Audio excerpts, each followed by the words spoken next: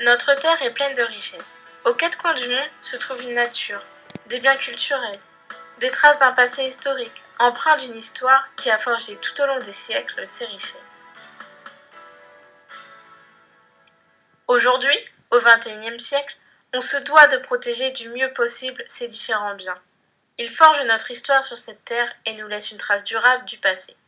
À ces fins, l'UNESCO œuvre pour cette présence dans les sites exceptionnels du patrimoine naturel et culturel du monde entier. La Convention du patrimoine mondial de 1972 a pour caractéristique de réunir dans un même document les notions de protection de la nature, mais aussi celles de préservation des biens culturels. Cette convention reconnaît l'interaction entre l'être humain et la nature, ainsi que le besoin fondamental de préserver l'équilibre entre les deux. Aujourd'hui, je vous invite à voyager en Indonésie, le plus grand archipel du monde, et plus précisément sur l'archipel de Java, pour y découvrir l'ensemble de Prambanan. L'ensemble est une myriade de temples hindous. Il est composé d'un peu plus de 240 temples. La construction date du IXe siècle et son architecture est remarquable par sa forme haute et pointue. 3 temples sont dédiés aux 3 principales divinités hindoues. Vishnu, qui incarne la conservation, Shiva, qui incarne la destruction de l'univers, et Brahma, qui incarne la création. Le plus impressionnant des temples, on y retrouve de nombreuses statues de lui, mais aussi de son épouse Sakti, ainsi que de nombreuses sculptures des diverses divinités hindoues. L'ensemble est le plus grand ensemble shivaïte d'Indonésie. Le shivaïsme est une branche philosophique et religieuse de l'hindouisme qui, tout en respectant la conception trinitaire de la mythologie, place Shiva comme primauté dans ses rituels et sa dévotion personnelle. Shiva est le dieu suprême. C'est aussi le dieu de la destruction, mais associé à celle de la reproduction, car la mort est perçue comme une transformation.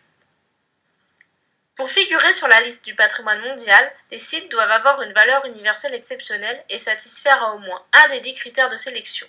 L'ensemble de Prambanan répond aux critères.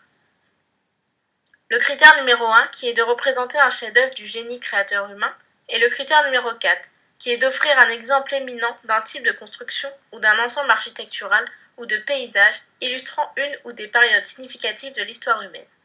Il répond au critère numéro 1 puisque l'ensemble présente la culture grandiose de l'art shivaïte, chef-d'œuvre de la période classique en Indonésie et dans la région. Il répond au critère numéro 4 puisque le bien est un ensemble religieux remarquable, caractéristique de l'expression shivaïte du Xe siècle. Les divers temples en pierre sont soit préservés dans leur intégralité, soit conservés comme des ruines. Ce site comporte tous les éléments nécessaires pour exprimer son intérêt exceptionnel et est bien entretenu. En effet, le lieu est exposé aux risques naturels tels que les séismes ou les éruptions volcaniques. Mais des travaux de restauration sont effectués depuis 1918 et perdurent.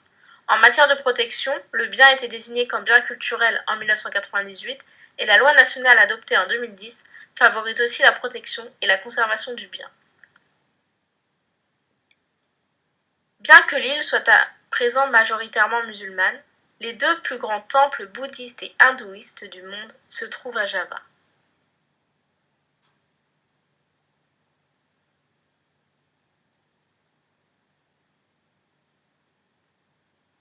L'ensemble de Prambanan comprend également quelques temples bouddhistes.